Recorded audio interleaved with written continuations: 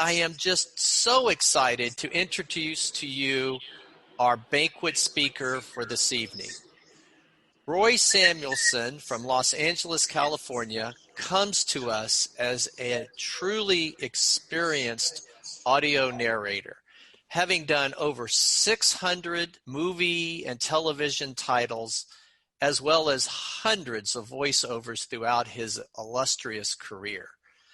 But more importantly, Roy is an ambassador for audio description throughout the United States and around the world. He is truly an ambassador for our blind and visually impaired community. It gives me such pleasure, and it is such an honor this evening to introduce to you Roy Samuelson. Roy, welcome. Oh, thank you. And thanks to ACB for the honor of this invitation. For this banquet and the keynote speech, I promised Dr. Joel Snyder I wouldn't eat lasagna. Happy 30th anniversary to the ADA. Here we go. Blind people watch movies and TV shows. For decades, and especially this week, that's a statement that we can all agree with. Beyond that, one of the things entertainment does is unite us around a common experience. And right now, you're not consistently getting the full experience. You're being left out of some of those experiences. My name is Roy Samuelson. I'm a tall male wearing a black t-shirt under a wrinkled denim jacket. I smile a lot and get animated when I get passionate. First of all, thank you for inviting us audio description narrators into your TVs, your theaters, and your smartphones. As a narrator, I take your invitation seriously, and I want to make sure quality and excellence is what it's about for you. I like to feel like I'm a part of the story that's being told, and as such, I have a deep connection to my audience, and I like to think about me being a friend welcomed into your homes for a while. What does a narrator do? Here's an example of two different narration types. One narrator is reading from the same suspenseful scene in a high-stakes film. See if you can spot any difference. The first one is a typical narrator, and the next one is, well, listen. I hope that I don't see you again. Glancing away, she shows Kate a badge. Me too. She smiles, then continues down the sidewalk. Shifting on her feet, Kate presses her lips together. She stares after the woman, then turns away. Her image blurs as she walks in the other direction. Fade to black. I hope that I don't see you again. Glancing away, she shows Kate a badge. Me too. She smiles, then continues down the sidewalk. Shifting on her feet, Kate presses her lips together. She stares after the woman, then turns away. Her image blurs as she walks in the other direction. Fade to black. Did you notice any inconsistency? Was that last one of these speaking to you like they were patronizing, condescending, too cheery? I and many others care about audio description quality and excellence, and I love being part of bridging the gap between our audiences and the creators and distributors of content. As I know you love a story, here's one for you. A pre-pandemic story, what it's like as an audio description narrator. Every narrator has a different experience. For me, my usual day goes a little like this. I'm invited to come into a studio to record another episode of, say, a TV show I narrate. The audio description writing's already done, and I can't wait to see it. I'm buzzed into an office. I pass the receptionist, making a silly joke about the office temperature. He's cuddled in a Hogwarts blanket. He smiles at me and picks up a ringing phone. Then I walk down a hall and knock on an engineer's door, quickly waving at her as she taps on a computer, scrolling a trackpad, adjusting waveforms on a sound program. She's the engineer. And there's also an audio description director, busy scribbling notes. They nod back to me and keep rolling with their project. Them knowing I'm here early, it feels really good. I walk down another hall filled with cubicles of typists with headphones. Click, clack, click. I say hi to the scheduler, who leans back in a chair, smiling, taking a 10-second break to ask how I'm doing. I banter with some audio description writers. They like to talk about cats, or weekend plans, or both. She says, yeah, it's not my cat, but I still named it. I'm going to miss her while I'm in Big Bear, but my canary won't. Luckily, I like weekend plans, and I kind of like cats. Then one of my favorite parts. I walk to a break room that has a table filled with leftover treats or requests for donations for important causes. I fill up my travel coffee mug with black coffee. I'll get to the snacks later. It's a vending machine, and I brought quarters, but in separate pockets, so they don't jingle together and make noise while I'm being recorded. Audio description isn't good with quarter clinks. I'm as prepared as I can be at this point, so there's a familiar anticipation that courses through me. I walk back the halls and open a door to a recording booth, which is like a small cave. I'm surrounded by fuzzy black walls, a small screen on a wall, a music stand, and a chair. I adjust the armrests in the chair and lock in the music stand. It has carpet on it to absorb the unwanted sound. I make sure the pencils are sharpened. I think about previous episodes, the feeling of the show, the different acts, beats, relationships, jokes, and music, and get myself in the mood. I've come to realize that this period of preparation and adjustment is a ritual of sorts. The director comes in and hands me a paperclip stack of about 25 pages filled with time code cues. Those are little numbers running on the screen, and it tells me where to go, lines of dialogue, audio cues, and the words I'll read for bringing the images to life. I've never seen this script before, and I only have about a minute before I start recording. It's a cold read, an ice-cold read. It's alarming how little time I have to review this. I flip through them and scan as much as I can, looking for any phrases that might be tricky or words I can't pronounce. I look for any cues labeled brisk or fast, where I'll have to read quickly, or any large chunks of words so I can prepare. I put on the headset so the audio from the program doesn't bleed noise into the microphone. I say, test 1, 2, and read a few lines from the script, adjusting some volume knobs, one that affects what I hear from the program, and the other adjusts what I hear from my microphone. I put my coffee down on the table. Since it's one of those sippy cup types, if I were to knock it over, it would be loud, but it wouldn't spill. In my headphones, I hear the sound engineer's voice. Ready, Roy? Hi. Yep, let's do this. And the engineer starts playing the visuals on a screen in front of me, just past the music stand. I know she and the director are fully paying attention to 20 different things, so I can focus on my performance. I hear the sound effects of the opening of the show and look down at the script. I've practiced timing to the fraction of the second. I'm a human countdown timer. Looks like I have to start narrating audio description in 5 seconds. 4, 3, 2. And that's a day in my life, how my day of audio description narration starts. But beyond narration, audio description has many moving parts and different roles.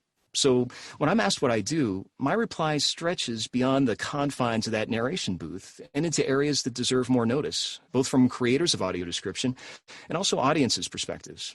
Mainly, I want to understand how complicated it is for a blind or low vision audience member to have a reliable and high-quality entertainment experience.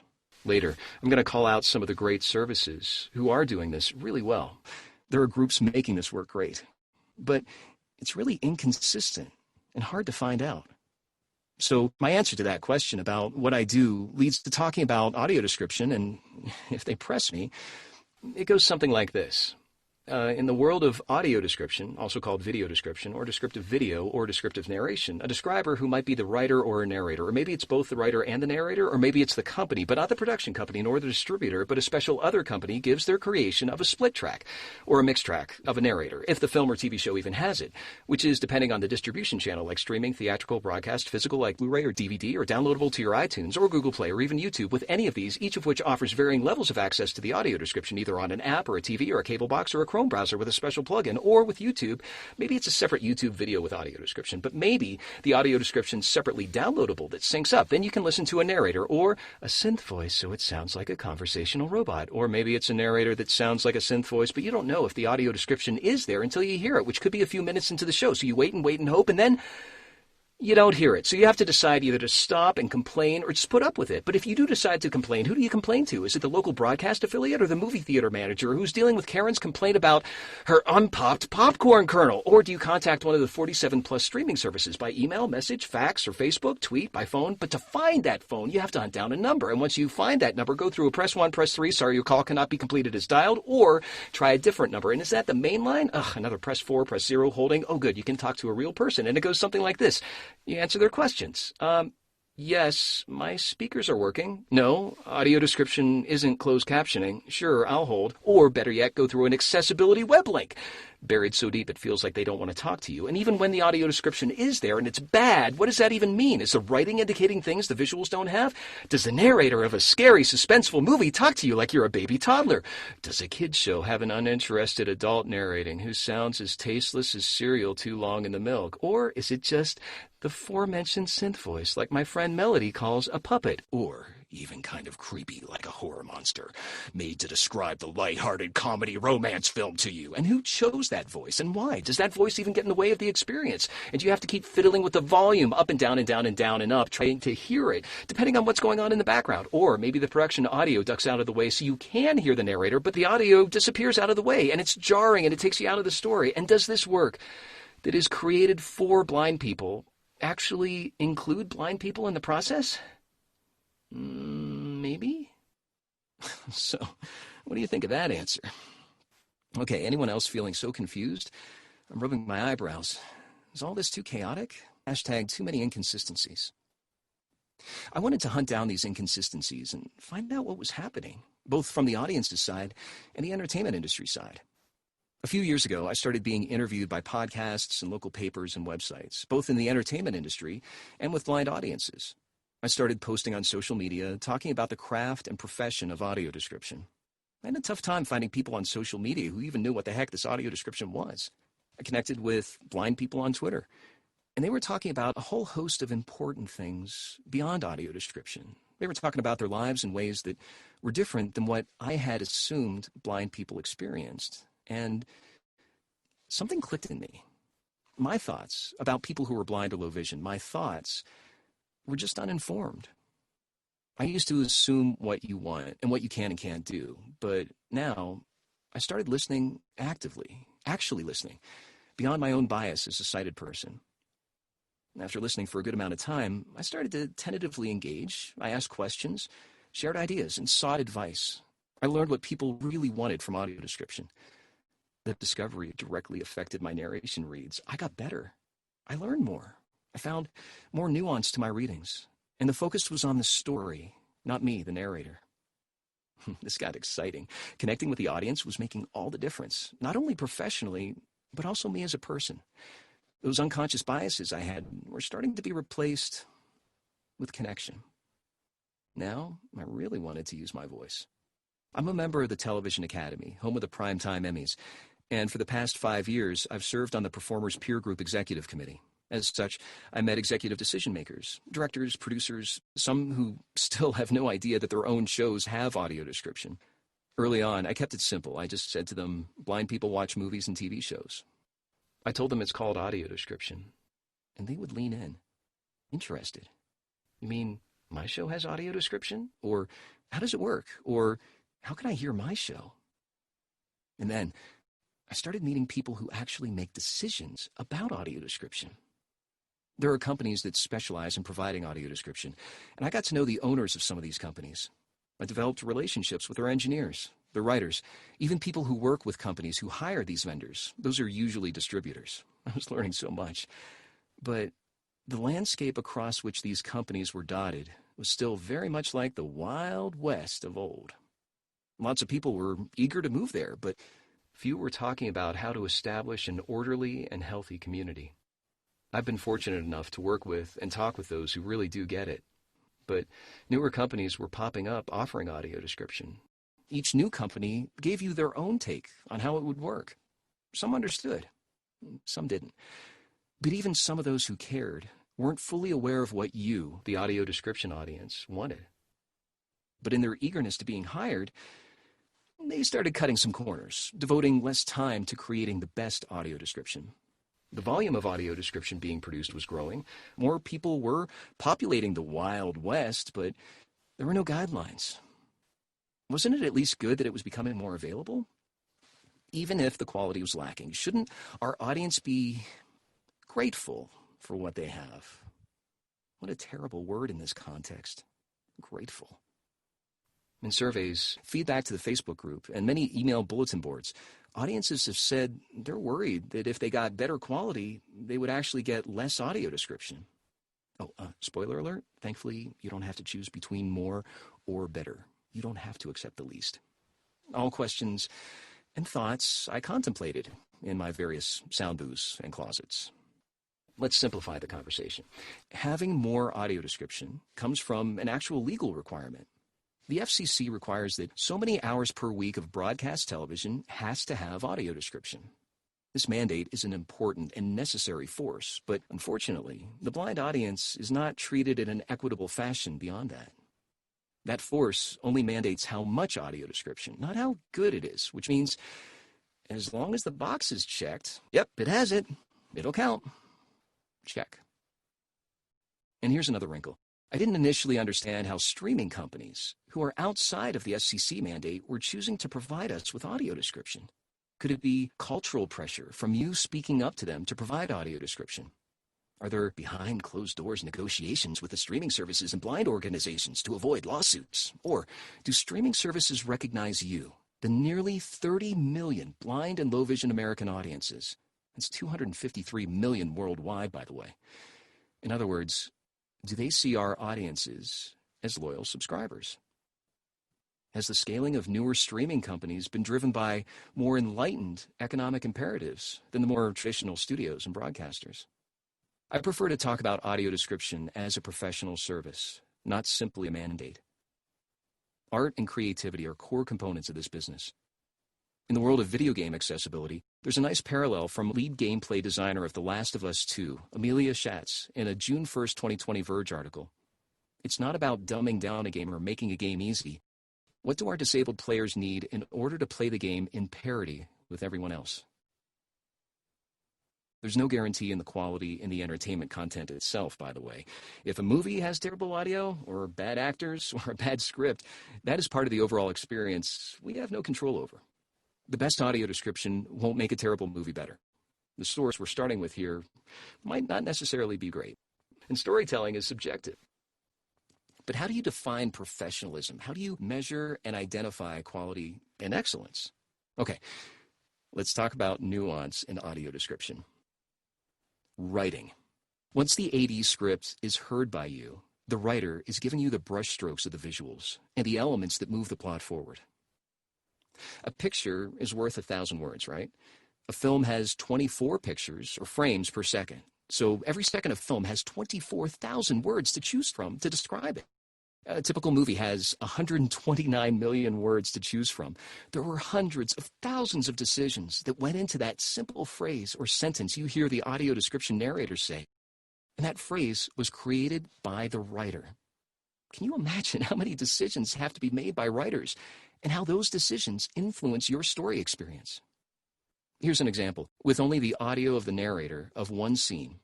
The first one with quality writing, and the second version, it might not fill out the visuals for you. Indy glances up over his shoulder to see a gigantic, perfectly rounded boulder rolling down from the sloped walls behind him. He takes off running as it barrels after him through the cramped tunnels, obliterating everything in its path. Indy dives out of the temple just a split second ahead of the boulder, which comes crashing to a stop in a cloud of dust.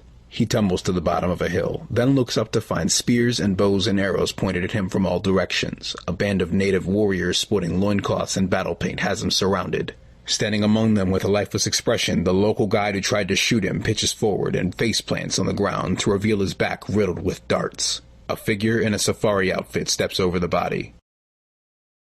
Indy looks up and sees a rock rolling in his direction. He is terrified. It's a matter of life or death. The man in the fedora runs through the tunnels, running away from the rock.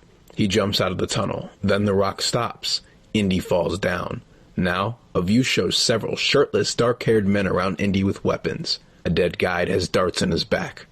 Indy's longtime nemesis, a charming French archaeologist named Belloc, faces Indy. Narration, Rondez Green. So those are two examples of writing, and hopefully you could recognize that one did a better job than the other. That's writing. Narration, my favorite. The narrator's goal is to keep the audience focused on the story, not the narrator. It's a form of connection with the audience, suiting the emotional mood of the scene. My job is to ride the emotional wave with the audience so you're immersed in the story. I have to find that sweet spot, find the balance. Not too much, not too little.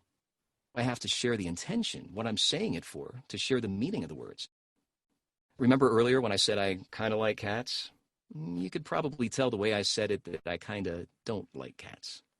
As one audience said, the narrator should bring you into the movie, not push you away from it. Remember the example at the top? What do you think immerses you into the movie experience? Is the narration pulling you out of the scene? As a reminder, here's a typical narrator and another one who could be your teacher when you were in second grade. She shows Kate a badge. She shows Kate a badge. That's narration. Direction. Directors of audio description usually know what to look for, including casting and appropriately representing people of color. Beyond casting, they can guide the narration read intensity, making sure the narrator is committed to the story and not phoning it in their performance, which is Hollywood speak, meaning not showing up with your best. Engineering. Think about all that is in a movie. You hear actors' voices, you hear sound effects, and other movie audio. It's all in here. But with audio description, sometimes something happens. You know when you have to keep on turning the volume up and down when listening to a movie with audio description? How the narrator blends in is the job of the sound engineer, so it's not too loud or too soft. They also make sure that the narrator doesn't step on lines of dialogue or have heavy breaths or mouth clicks or sneezes or chair squeaks. The funniest part of this is that when it's done well, you shouldn't notice this work. Here's two more engineering examples. The first one will be harder to hear and muffled, making the background audio duck behind the narrator. And the other, you'll clearly hear the background audio and the narrator. And initiate sequence. A title appears. Vin Diesel, Bloodshot. Official trailer. A man's hand turns radio dial. Text appears. Sony, Columbia. Gina. And initiate sequence. A title appears. Vin Diesel, Bloodshot. Official trailer. A man's hand turns a radio dial. Text appears. Sony, Columbia. Gina. And that's engineering. Finally, quality control.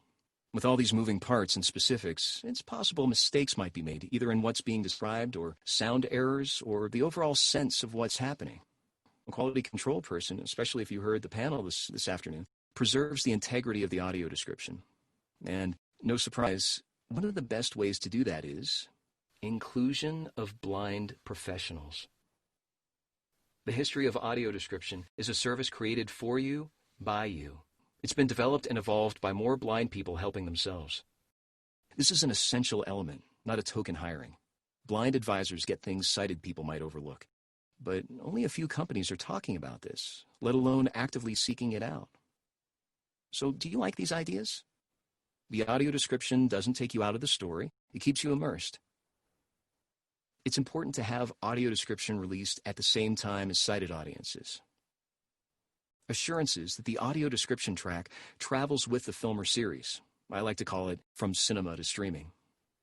And a little aside here, the ADNA wish list, a publicly available list of movie or TV titles that ought to have audio description, is already requested by blind audiences. It's already generating results. Decision makers are watching and acting on it.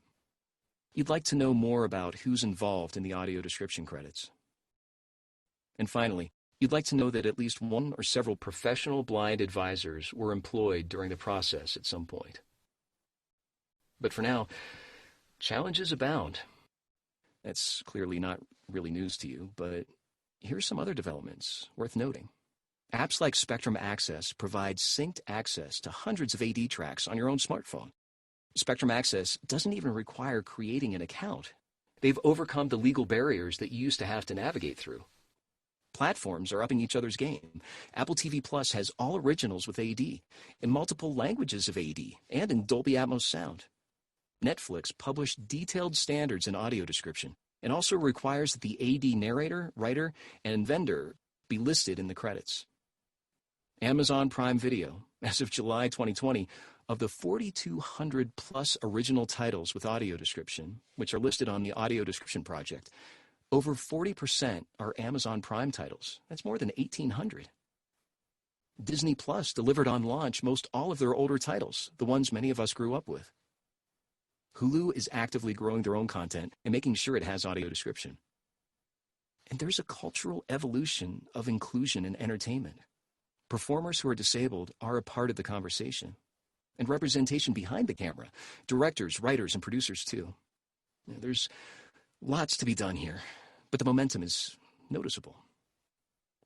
Equity and access is something about which society is becoming increasingly aware. If the Me Too and Black Lives Matter movements have anything in common, it's the recognition that the status quo is only acceptable to those privileged enough to remain ignorant to inequity. There is a vast, highly imaginative, creative, and active audience of entertainment content that deserves better. And I have an opportunity to leverage a successful career into a meaningful calling. I'm expanding past my role as an audio description narrator to offer an economical solution to those who hire audio description companies. Why should you care? Without limiting any content for you, this solution will bring even more quality access.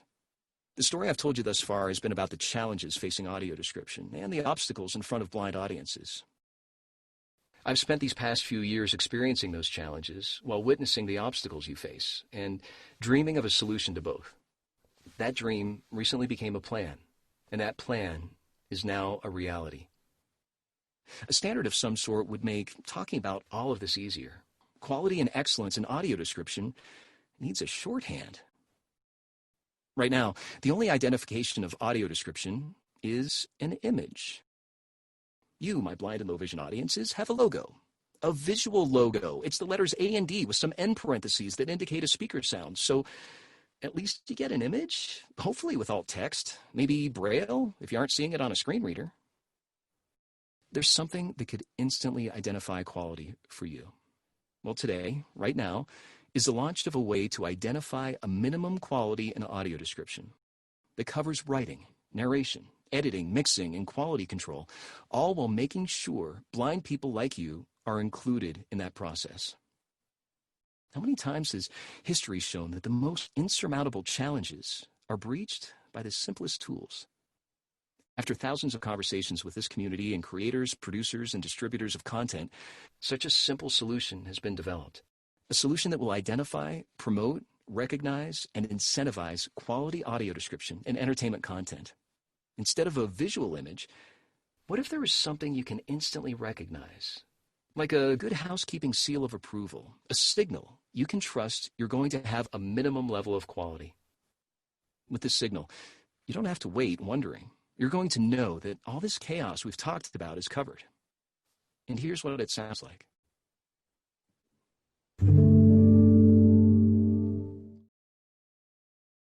We've created this audio logo in collaboration with blind composer and a sighted entertainment industry professional with experience in this kind of thing. So, whenever you hear that sound, you will instantly understand that what you're about to watch meets a secure and transparent level of quality. You're in good hands. The concept is not new, only the application and intention. THX has an audio branding cue, as does Dolby. The Producers Guild and other entertainment industry guilds have marks following the names of individuals recognized as meeting their standards of excellence. Thankfully, a lot of AD companies already do provide top-tier quality. And if you've attended any of these panels this week, you know they care about bringing you the best. This tone instantly identifies them for you. This tone isn't magic. It's what it means. And this isn't a requirement or a mandate. It's an opportunity to distinguish quality and excellence and remove inconsistencies. It's an indication to you that not only does audio description exist for what you're about to watch, but meets these key points and incentivizes the race to the top. We're calling it Kevin's process for now. My dear friend Kevin was blind since birth. Kevin has been one of my teachers, my mentor, and my anchor. For years, we've talked regularly about the different steps we could take to grow audio description quality and excellence and provide audio description audiences with the entertainment experiences they deserve. He created one of the most engaging, lively, and active groups that has gotten results on the Facebook group. He also had a great awareness. One time he laughingly wondered about one of his dates that excused himself at the restaurant and never came back. He said, "I'm not sure if it's because I was too tall, blind, black, or if he was afraid to be seen on a date with a guy."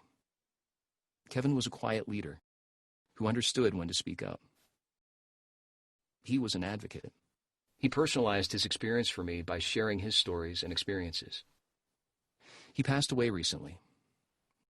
It hit me hard. And what a perfect spirit to help us lead the charge. And we in Kevin's process have blind leaders, experts, and entertainment industry pros at each stage. And with this process, we have many ways to expand, like the MPAA rating system. We have varying tones to identify different tiers of quality, so you can get a sense right away of what you can expect to listen to. We are so pleased to share with you that we are setting the marker for the official launch of Kevin's process on April 25th, 2021. That's a special day in the entertainment industry, the Oscars. Do you like this? By signaling you want this audio logo, a few things will happen. For you, you get to know right away you're in good hands.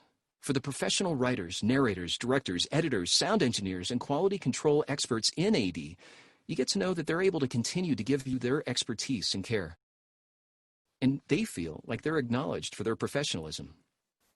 For the producers, their creative vision reaches our underserved blind audiences, which gives their project even more exposure.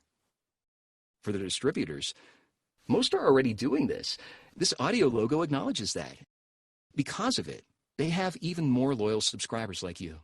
Their brand is further elevated and leads to even more content. And it feels good. When I first sat in the audio description narration booth, sharpening those pencils and shuffling the script, I never thought that all these elements of quality audio description could be called into something so simple. Sorry, Wild West. These ideas in the presentation aren't new ideas. I believe audio description is more than a service. It's a partnership and a cooperative. This presentation is facilitated, compiled, and curated from what you've been sharing. And Kevin instilled the passion in me. He didn't let things stop him. He called people together and called people to action. This entire talk lays the groundwork for his process, Kevin's process. I debated whether or not to say this, so here goes. For me as a sighted person, without even trying, I can access high-quality entertainment, no question. And with the high quality that I just have as a given, it's awful it's not consistently there for you yet. You shouldn't have to speak up and demand it. But both quantity and quality will be there for you. It will be a given for you. There's no reason you should get anything less, but for right now, we need you to demand it. We can't let it suck. There are many efforts being made for audio description. As we continue to bridge the gap between our audience and the entertainment industry, speak up for what you want. As you expect and demand it, and companies join this opportunity, these minimum requirements can and will change and evolve based on your demands and even emerging technology. And there are countless others who are extending their own efforts too. We've had conversations with blind organizations who all recognize the importance and are supportive of moving forward with a standard. It's our goal that by next year, to have this in place. And to make that happen, we need your help. Too often, it's your voice that isn't heard. As opposed to Hollywood driving this, we're starting with you. So, where do you see yourself in this? Yes, you. You've always said nothing about us without us. So, what should it be called? Do you see yourself as a voiceover narrator to get some training? Can you use your own engineering experience, your hours of TV watching to learn and understand quality control? Will you call your organizations, your representatives, your contacts to ask, no, demand that you want to hear Kevin's process, so when you hear the tone, you know you're in good hands? Specifically, and we'll share this with you in some follow-up correspondence, you can go right now to kevinsprocess.com/concierge to find a way to reach out to the studios, vendors, and distributors. ACB's own web links are included. That's kevinsprocess.com. Follow along and contribute at kevinsprocess.com. And if you're on social media, use any of these hashtags. Hashtag Blind People Watch TV, Blind People Watch Movies, Kevin's Process, and, of course, audio description. Speak up to your organizations. For example, ACB has multiple committees working on your behalf. Speak up to your leaders, your influencers, and wherever else you want to be heard. And you can reach me at Twitter, at Roy Samuelson, Facebook, Roy Samuelson Biz, or email me, roy@kevinsprocess.com. There are resources online at acb.org/ADP, and we'll always engage to find more places to connect. You are Kevin's legacy. You are the ambassadors. You all have the ability to be a part of this. You are the voice of this. You are the creators of this. Where do you see yourself in this? And our credits of thanks roll: Lynn Thomas, Rondez Green, Juan Bagnell, Chip Beeman, Jeff Ross, Russ Marlowe, Dave Porcelino. Credits of thanks continue. Bob Bergen, Melody Goodspeed, Ian McDonald, Bill Sarine, Chris Danielson, Mirka Pavlikova, Nicholas DeWolf, Paul Zakarian, Rick Boggs, Brian Williams, Anthony Turk, Nicole Zanzarella, Kevin Thompson, Steph McCoy, Stephen Letness, Claudette Sutherland, Charlton Pettis, Therese McLaughlin, Brett Pezel, Jill Ackles, Martin Frazier, Susan Balboni, Juan Alcazar, Everett Bacon, Dan Spoon, Kim Charlton, Arl Richardson, Mark Riccabano, Thomas Reed, Rick Morin, Dr. Joel Snyder, Jeff Thompson, Kathy Lind Hayes, Justin Scholl, Inger Tudor, Frank Sharp, Serena Gilbert, Fred Brack, Anna Capozera, Brian Fischler, Eric Wickstrom, Margot Tone, Chris Snyder, Satana Howry, Veronica Lewis, Dane Dunham, James Rath, Josh Loya, and especially ACB, the Audio Description Project, NFB, AFB, the Television Academy, narrators, writers, vendors, audiences, and all those who participate and speak out in the discussion of audio description. Credits read by accessibility consultant and voice talent Brandon Cole. Roy Samuelson, thank you. I will say it again. Roy Samuelson, thank you. This was an absolutely sensational presentation. And we are fortunate that Roy is willing to stay around for a few more minutes and answer questions. Our wonderful questions moderator, Janet Dickelman, is standing by to field those questions.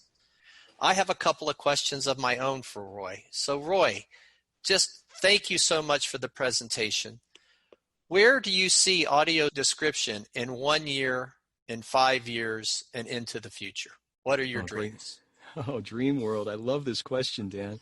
It's one of my favorites. I think a year from now that, as we've seen in all of these panels about audio description, there is a sense of quality and excellence that companies are recognizing. And I think it's because of audiences speaking up. And I think that a lot of the elements in this presentation have come up in the last, it seems like in the last few weeks, at least 20 different things that have happened where people are talking about these elements. So the 1 year plan is that this Kevin's process, or whatever our audiences want to have it called, is in its beginning stages in a way that is a real win-win-win for everybody involved. And everyone includes the content creators, the distributors, the vendors, and obviously our audiences. I think the 5 year plan is really going to be exciting when it comes to the technology that's coming out. I think that even in the last few years, we've seen how that has changed with our streaming services and how much easier it is to access. And then I think you asked the 10 year plan. Boy, I'm happy with the 5 year plan. Great. And you mentioned it just briefly in your previous answer, but how do you see the advent of streaming services changing and challenging the status quo when it comes to audio described content in the future of providing more quality programming to the blind and visually impaired community? I think there's a nice parallel to books and the internet. And that's a double-edged sword in the sense that when the internet first came, there were really a lot of ways to access books. And that's obviously evolved and changed whether you have a screen reader or an audiobook. But now with some of the things that are happening with streaming services, I think it's fascinating that they don't have the limitations that a lot of the broadcast stations have been unable to leap over. Another example in the presentation, and as you heard, I think in Monday's presentation with Apple, is that they provide multiple languages of audio description in high-quality Dolby Atmos sound. That's probably not possible with our current over-the-air network broadcast, and that could be changing too. So it's exciting to see how that is going forward. Well, thank you. And a little on a personal note, you really got my attention when you talked about Kevin, your friend, and Kevin's process. If you don't mind, and it's putting you on the spot here a little bit, and for that I apologize, but tell me a little more about Kevin and your life interactions with him and what that taught you about the blind and visually impaired community. Kevin has been a dear friend, like a pen pal, that our multiple conversations every week for what seems like well over a year. We're relatively new friends. he and I connected, I think through him hearing one of my narrations on an audio description TV show.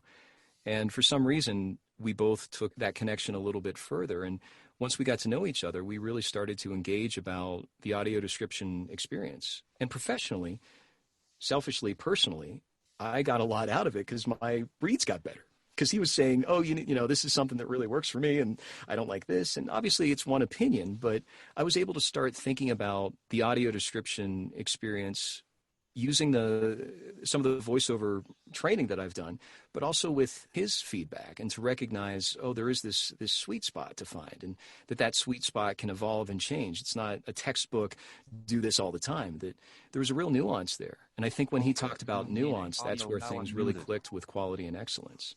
He also talked a lot about his experiences throughout his day, and learning about his blindness taught me that, you know, as I said in the presentation, I have a lot of assumptions as a sighted person of what a blind person experiences. And I know that Kevin isn't the be-all, end-all example of all blind people, but he broke through that in a way that got me thinking differently. And I'm still learning, Dan. It's still a process. And I think I enjoy that process of learning how to engage in a way that's acknowledging the blindness, not hiding behind it, but also recognizing the value and how that makes a difference. Well, thank you. And I'd like to introduce Janet now, and I'm hoping Janet has uncovered a few questions for Roy. I do. I had a comment from Janine Lee saying she loved you in Spider-Man. I said to Roy when I talked to him, I loved him when he did the audio description of Criminal Minds on CBS. And Miley wants to know what your favorite audio described project has been. Oh, that's a great question. I think that one of, and by the way, those examples that you gave, the whole team behind the work on those, as well as many other projects, really need to be acknowledged for that. I'm really happy to be able to read the words that are given to me on a mic, and I do my best within that part of it. But there's so many others that have done so well with those projects, so I'll be sure to pass that along. And what's your favorite? Answer your question, my favorite. I think I want to share the experience because that's the part that I'd like to share. There's an action-adventure sci-fi scene where it's almost nonstop audio description narration with a lot of time code cues as well as audio cues, and there's no way to think about it. When it was done, this scene that I'm thinking about, it felt like a dance, that I was doing this I was in a flow that I've never experienced before that was similar to I guess some people who meditate have that experience. That I haven't gotten to that place yet, but in meditation that you get into that flow where something's it's just fitting well, and I'm not thinking, and I'm just doing and using all the experiences that I possibly can to be in that space. And afterward, like I said, I wasn't thinking about it during, but after the scene was done, it felt so right. And when I listened back, my favorite part was I listened to the audio description and I was watching the movie. I wasn't thinking about, oh, that was a good narrator. Fantastic. Janet, any other questions for Roy? Yes, I had a question from Beth wanting to know what you thought, and I guess this would all kind of depend on your usage, but what you thought of somebody who was totally blind being a describer using a Braille display. Oh, that's great. Let's distinguish between a describer as being a writer or a narrator. She was saying narrator. Oh, very good. Thank you. So an audio description narrator, there are talents, professional voiceover talents who are blind. And those blind narrators have the technology to do it. So it's not even a question. I think the part that I like to focus on is making sure that narration is done in a way that is specific for audio description. If you've listened to any of these panels, they touched on that really clearly. And I think that a really special kind of commitment and professionalism has to go into it. And of course, blind people can do narration. Yes, it was wonderful in your credits. You recognized Satana Howery, who's a wonderful voice narrator, and Chris Snyder, who is a tremendous quality engineer, and Rick Boggs, who owns Audio Eyes, where at least I know Chris and Satana actually work, and they're all blind people. And what amazing quality work they produce. I had a question, and she wanted to know, if there's any special training for people to learn how to be the narrators, any kind of special vocal training. I think a real good base of training is definitely getting involved in the writing side. And, obviously there's all sorts of training opportunities. Dr. Joel Snyder has his. There's a book you can read called The Visual Made Verbal. As far as the narration goes, there are opportunities to teach audio description narration, and we'll be happy to include those on the Kevin's process. In that web page, one of them is resources, and we'll be sure to include that there. I had a question. Someone wanted to know if you've ever, when you were describing something, got hooked on a series and then went back and watched it for your own enjoyment. That's a great question. I think there's so much great content in television series right now that how can you not? How can I not?